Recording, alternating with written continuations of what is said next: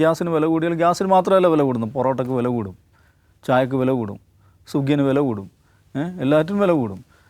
പ്രത്യേകിച്ച് എനർജി സെക്ടറിൽ ഉണ്ടാകുന്ന ഒരു പ്രശ്നം എല്ലാറ്റിനെയും ബാധിക്കും.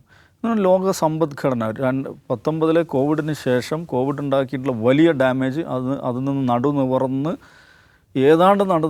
ചലിക്കാൻ തുടങ്ങുന്ന സന്ദർഭത്തിലാണ് അതേക്കാൾ മാരകമായിട്ടുള്ള പ്രഹരം ഏൽക്കുന്നത്. ഇത് ലോകത്ത് വലിയ പ്രതിസന്ധിയിലേക്കും. ഉലയും, ലോക സമ്പദ്ഘടന ഉലയും, ഇൻഫ്ലേഷൻ കൂടും. ഈവൻ റിസഷനെക്കുറിച്ച് വരെ നമ്മൾ ഭയക്കണം, ഒരു ഗ്ലോബൽ റിസഷനെക്കുറിച്ച് നമ്മൾ ഭയക്കണമെന്നാണ് വേൾഡ് ബാങ്കിൻ്റെ ഒഫീഷ്യൽ കമ്മ്യൂണിക്കയിൽ പറയുന്നത്. എന്ന് പറഞ്ഞാൽ അലമ്പാവുകയാണ്. ആരാണ് ഇതിന് ഉത്തരവാദി? എന്താണ് ഇതിന് കാരണം?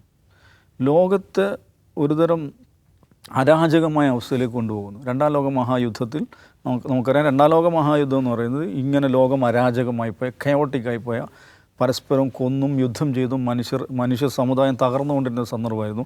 അന്ന് ലോകത്തിന് ഉണർവുണ്ടായി, ഈ പരിപാടി നമുക്ക് നിർത്തണം, ഈ യുദ്ധങ്ങൾ അവസാനിപ്പിക്കണം. അങ്ങനെയാണ് ഐക്യരാഷ്ട്രസഭ ഉണ്ടാകുന്നത്, പുതിയൊരു ലോകക്രമം രൂപപ്പെടുന്നത്. പക്ഷേ നമുക്ക് അന്നത്തെ അതേ സാഹചര്യത്തിലേക്ക് ലോകം പോവുകയാണ്. ഇവിടെ ആരാണ്?